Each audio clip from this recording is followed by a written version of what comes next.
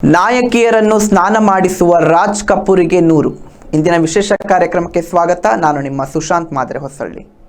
Show man ಎಂದು ಖ್ಯಾತರಾದ ರಾಜ್ ಕಪೂರ್ರಿಗೆ ನಾಯಕಿಯರನ್ನು ಮೀಯಿಸುವುದರಲ್ಲಿ ವಿಶೇಷ ಆಸಕ್ತಿ. ಅದೇನು ಅಂತ ಹೇಳ್ತೀವಿ, ಬನ್ನಿ. ಹಿಂದಿ ಚಿತ್ರರಂಗದ ನಟ, ನಿರ್ಮಾಪಕ, ನಿರ್ದೇಶಕ ಆಗಿದ್ದ ರಾಜ್ ಕಪೂರ್ ಅವರು ಶೋ ಮ್ಯಾನ್ ಎಂದೇ ಖ್ಯಾತರು. ತನ್ನ ಸಿನಿಮಾಗಳಲ್ಲಿ ನಾಯಕಿಯರನ್ನು ಮಳೆಯಲ್ಲಿ ನೆನೆಸಿ ನೀರಿನಲ್ಲಿ ಮುಳುಗಿಸಿ ತೋರಿಸದಿದ್ದರೆ ರಾಜ್ ಕಪೂರರಿಗೆ ನಿದ್ದೆಯೇ ಬರುತ್ತಿರಲಿಲ್ಲ. ರಾಜ್ ಕಪೂರ್ 1924 ಡಿಸೆಂಬರ್ 14 ಹುಟ್ಟಿದವರು. ಹಾಗಾಗಿ ಅವರು ಹುಟ್ಟಿದ 100ನೇ ವರ್ಷವಿದು. ಹಾಗಾಗಿ ಅವರ ಮೊಮ್ಮಕ್ಕಳಾದ ಕರೀನಾ ಕಪೂರ್, ಸೊಸೆ ಬಬಿತಾ, ನೀತೂ ಸಿಂಗ್ ಎಂದು ಕುಟುಂಬದ ಎಲ್ಲರೂ ಸೇರಿಕೊಂಡು ದೇಶದ 100 ಚಿತ್ರಮಂದಿರಗಳಲ್ಲಿ ರಾಜ್ ಕಪೂರ್ ಚಿತ್ರಗಳ ಹಬ್ಬ ನಡೆಸಿದರು. ರಾಜ್ ಕಪೂರರಿಗೆ ಚಿತ್ರರಂಗ ಪ್ರವೇಶಿಸಲು ತೊಂದರೆ ಏನೂ ಇರಲಿಲ್ಲ. ಯಾಕೆಂದರೆ ಅವರ ತಂದೆ ಪೃಥ್ವಿರಾಜ್ ಕಪೂರ್ ಅದಾಗಲೇ ಹಿಂದಿ ಚಲನಚಿತ್ರರಂಗದ ಖ್ಯಾತ ನಟರಾಗಿದ್ದರು. ಅಲ್ಲದೆ ನಾಟಕ ಕ್ಷೇತ್ರದಲ್ಲೂ ಅವರದ್ದು ದೊಡ್ಡ ಹೆಸರು. ಹಾಗಾಗಿ ರಾಜ್ ಕಪೂರ್, ಶಮ್ಮಿ ಕಪೂರ್, ಶಶಿ ಕಪೂರ್ ಸಹೋದರರು ಕೂಡ ನಾಟಕ ವೇದಿಕೆ, ಚಿತ್ರರಂಗದ ಜೊತೆಗೆ ಬೆಳೆದು ಬಂದವರು. 1971 ಪದ್ಮವಿಭೂಷಣ ಪ್ರಶಸ್ತಿ ಭಾಜನರಾದ ಇವರು 1987 ದಾದಾ ಸಾಹೇಬ್ ಫಾಲ್ಕೆ ಗೌರವ ಪಡೆದಿದ್ದರು. 9 ಬಾರಿ ಫಿಲ್ಮ್ಫೇರ್ ಪುರಸ್ಕೃತರೂ ಆಗಿದ್ದರು ರಾಜ್ ಕಪೂರ್. ಸಾಕಷ್ಟು ಯಶಸ್ಸು, ಒಂದಷ್ಟು ಸೋಲು ಕಂಡರೂ ರಾಜ್ ಕಪೂರ್ ಮೊದಲಿಗೆ ಅಪ್ಪಿಕೊಂಡುದು ಚಾರ್ಲಿ ಚಾಪ್ಲಿನ್ ಪಾಣಿ ಎಂದರೂ ಅದಕ್ಕೆ ಅಂಟಿಕೊಂಡವರಲ್ಲ. ಸೂಪರ್ ಸ್ಟಾರ್ಗಿರಿ ಅವರಿಗೆ ಲಭಿಸಿಲ್ಲವಾದರೂ ಹಿಂದಿ ಚಿತ್ರರಂಗದ ಇತಿಹಾಸದಲ್ಲಿ ರಾಜ್ ಕಪೂರ್ ಕೊಡುಗೆಗಳ ಅಧ್ಯಾಯ ಪ್ರತ್ಯೇಕವಾಗಿಯೇ ಇರುತ್ತದೆ.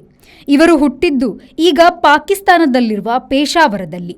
63 ಪ್ರಾಯದಲ್ಲಿ 1988 ದಿಲ್ಲಿಯಲ್ಲಿ ಮರಣ ಹೊಂದಿದರು. ಆದರೆ ಅವರ ಬದುಕು, ಸಾಧನೆ ಮುಂಬಯಿಯದು. ಪಂಜಾಬಿ ಕುಟುಂಬದ ಪೃಥ್ವಿರಾಜ್ ಕಪೂರ್, ರಾಮ್ಸರ್ನಾ ದೇವಿಗೆ ಮದುವೆಗೆ ಮೊದಲೇ ರಾಜ್ ಕಪೂರ್ ಹುಟ್ಟಿದರು ಎಂದು ಕೂಡ ಕೆಲವು ಕಡೆ ಹೇಳಲಾಗಿದೆ. ರಾಜ್ ಕಪೂರರ 2 ಸಹೋದರರು ಸಣ್ಣ ಪ್ರಾಯದಲ್ಲೇ ಮರಣಿಸಿದ್ದರು. ಒಬ್ಬ ತಂಗಿ ಊರ್ಮಿಳಾ. ರಾಜ್, ಶಮ್ಮಿ, ಶಶಿ ಸಹೋದರರು ಹಿಂದಿ ಚಿತ್ರರಂಗದಲ್ಲಿ ತಮ್ಮದೇ ಖ್ಯಾತಿ ಗಳಿಸಿದ್ದರು. ರಾಜ್ ಕಪೂರರ ಆವಾರ ಮತ್ತು ಬೂಟ್ ಪಾಲಿಶ್ ಚಿತ್ರಗಳು ಕ್ಯಾನ್ ಚಿತ್ರೋತ್ಸವ ಪ್ರದರ್ಶಿತ ಮತ್ತು ಸಾಕಷ್ಟು ಜಗಮನ್ನಣೆ ಪಡೆದಿದ್ದವು. 12 ಪ್ರಾಯದಲ್ಲಿ ಚಿತ್ರನಟನೆಗೆ ಹೊಕ್ಕ ರಾಜ್ ಕಪೂರ್ 1947 ನೀಲ್ಕಮಲ್ ಚಿತ್ರದ ಮೂಲಕ ನಾಯಕ ನಟರಾದರು. 1948 ಆಗ್ ಚಿತ್ರ ತಯಾರಿಸಿ, ನಿರ್ದೇಶಿಸಿ, ನಟಿಸಿದರು. ನಾಯಕಿ ನರ್ಗಿಸ್. ಈ ಚಿತ್ರ ಅಷ್ಟಾಗಿ ಓಡದಿದ್ದರೂ ಈ ಜೋಡಿ ಮುಂದೆ ಹಲವು ಚಿತ್ರಗಳ ಯಶಸ್ವಿ ಜೋಡಿ ಎನಿಸಿಕೊಂಡಿತು. ಅಷ್ಟೇ ಅಲ್ಲ, ರಾಜ್ ಕಪೂರರ RK ಬ್ಯಾನರಿನ ಶ್ಯಾಡೋ ಚಿತ್ರ ಮೂರ್ತಿ ಅವರು ಮತ್ತು ನರ್ಗಿಸ್ ರದು ಎಂಬ ವ್ಯಾಖ್ಯಾನವೂ ಇದೆ. ಮುಂದಿನ ತನ್ನದೇ ನಿರ್ಮಾಣದ ಶ್ರೀ 420, ಬರ್ಸಾತ್ ಮೊದಲಾದ ಚಿತ್ರಗಳಲ್ಲಿ ಚಾರ್ಲಿ ಚಾಪ್ಲಿನ್ ಟ್ರಾಂಪ್ ಮಾದರಿಯ ಪಾತ್ರ ಅವರಿಗೆ ಖ್ಯಾತಿ ತಂದಿತ್ತು. ಚಾರ್ಲಿ ಚಾಪ್ಲಿನ್ರ ಟ್ರಾಂಪ್ ಪಾಣಿಯು ರಾಜ್ ಕಪೂರ್ರಿಗೆ ಲೋಕಪ್ರಿಯತೆಯನ್ನು ತಂದಿತ್ತು ಎನ್ನುವುದರಲ್ಲಿ 2 ಮಾತಿಲ್ಲ. ಇತ್ತ ಬನ್ನಿ, ಅದೇನು ಅಂತ ನೋಡೋಣ. ಅವರ ಈ ಸಿನಿಮಾಗಳು ರಷ್ಯಾದಲ್ಲಿ ಹಾಗೂ ವಿದೇಶಗಳಲ್ಲಿ ಕೂಡ ಬಹಳ ಹೆಸರು ಮಾಡಿದವು ಎಂಬುವುದೇ ವಿಶೇಷ. ಹಾಗಾಗಿ ರಷ್ಯಾದ ಸಂಬಂಧವನ್ನು ಇಟ್ಟುಕೊಂಡು ಅವರು ಅದೇ ಟ್ರಾಂಪ್ ಮಾದರಿಯ ಪಾತ್ರದಲ್ಲಿ ನಟಿಸಿ ತೆಗೆದ ಮೇರಾ ನಾಮ್ ಜೋಕರ್ ಸಿನಿಮಾ ಮಾತ್ರ ಅವರ ಹಣ ಮುಳುಗಿಸಿತ್ತು. ಆದರೆ ಸೋಲು ಗೆಲುವು, ಬ್ಲಾಕ್ ಬಸ್ಟರ್ ಎಂಬುವುದೆಲ್ಲ ರಾಜ್ ಕಪೂರ್ ನಾಯಕ ನಟನೆ ಬಿಟ್ಟು ತಮ್ಮ ಶಶಿ ಕಪೂರ್ ಮಗ ರಿಷಿ ಕಪೂರ್ಗೆ ಚಿತ್ರ ತಯಾರಿಸಿದಾಗಲೂ ಮುಂದುವರೆಯಿತು. ಕೋಟಿ ಗಳಿಸಿ ಅಂತಿಮವಾಗಿ ಏನೂ ಇಲ್ಲದಾದ ಚಿತ್ರರಂಗದ ಖ್ಯಾತರಲ್ಲಿ ರಾಜ್ ಕಪೂರ್ ಕೂಡ ಒಬ್ಬರು ಎನ್ನಲಾಗಿದೆ. ರಾಜ್ ಕಪೂರರ ದೊಡ್ಡ ಮಗ ರಣಧೀರ ಕಪೂರ್ ಕೂಡ ತಂದೆಯ ಬ್ಯಾನರ್ನಲ್ಲಿ ಕಲ್ ಆಜ್ ಔರ್ ಕಲ್ ಚಿತ್ರ ತಯಾರಿಸಿ ಮತ್ತೆ ತಂದೆಯ ಬ್ಯಾನರ್ ಅನ್ನು ಮೇಲೆತ್ತಿದರು. ಆದರೆ ಜಯ ನಿರಂತರವಲ್ಲ. ಕಪೂರ್ ಕುಟುಂಬದ ಹೆಣ್ಣು ಮಕ್ಕಳು ಚಿತ್ರರಂಗಕ್ಕೆ ಬರುವುದಿಲ್ಲ ಎಂಬ ವಾದವಿತ್ತು. ಆದರೆ ರಾಜ್ ಕಪೂರರ ಮೊಮ್ಮಗಳಾದ ಕರಿಷ್ಮಾ ಕಪೂರ್, ಕರೀನಾ ಕಪೂರ್ ಚಿತ್ರರಂಗಕ್ಕೆ ಬಂದು ಯಶಸ್ವಿ ನಾಯಕಿಯರೆನಿಸಿದ್ದು ಕೂಡ ದೊಡ್ಡ ಕತೆ. ರಣಧೀರ್ ಕಪೂರ್ರ ಪತ್ನಿ ಬಬಿತಾ ಕೂಡ ಹಿಂದೆ ಖ್ಯಾತ ನಾಯಕಿ. ರಾಜ್ ಕಪೂರರ ಮಗ ರಿಷಿ ಕಪೂರ್, ಮಡದಿ ನೀತೂ ಸಿಂಗ್ ಕೂಡ ಖ್ಯಾತ ನಾಯಕಿಯಾಗಿದ್ದರು. ಇವರ ಮಗ ರಣಬೀರ್ ಕಪೂರ್ ಕೂಡ ನಾಯಕ ನಟ. ರಣಧೀರ್ ಮಗಳು ಕರೀನಾರ ಗಂಡ ಸೈಫ್ ಅಲಿ ಖಾನ್ ಕೂಡ ನಾಯಕ ನಟ. ಈ ಸೈಫ್ ಅಲಿ ಖಾನ್ ಖ್ಯಾತ ನಾಯಕಿ ಶರ್ಮಿಳಾ ಟಾಗೋರ್ ಮತ್ತು ಎಂ.ಎ. ಪಟೌಡಿಯವರ ಮಗ. ಹೀಗೆ ಕಪೂರ್ ಕುಟುಂಬದ ತುಂಬ ನಟನಟಿಯರ ದೊಡ್ಡ ಕೊಪ್ಪರಿಗೆಯೇ ಇದೆ. ಆದರೆ ರಾಜ್ ಕಪೂರ್ ಕಾಲದ ಗರಿಮೆ ಬೇರೆಯೇ ಎತ್ತರದ್ದು ಎಂಬುದರಲ್ಲಿ ಎರಡು ಮಾತಿಲ್ಲ.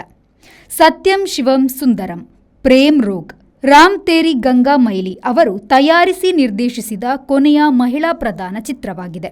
1982ರಲ್ಲಿ ರಾಜ್ ಕಪೂರ್ ನಟಿಸಿದ ಕೊನೆಯ ಚಿತ್ರ ವಕೀಲ್ ಬಾಬು ಬಿಡುಗಡೆಯಾಗಿದೆ.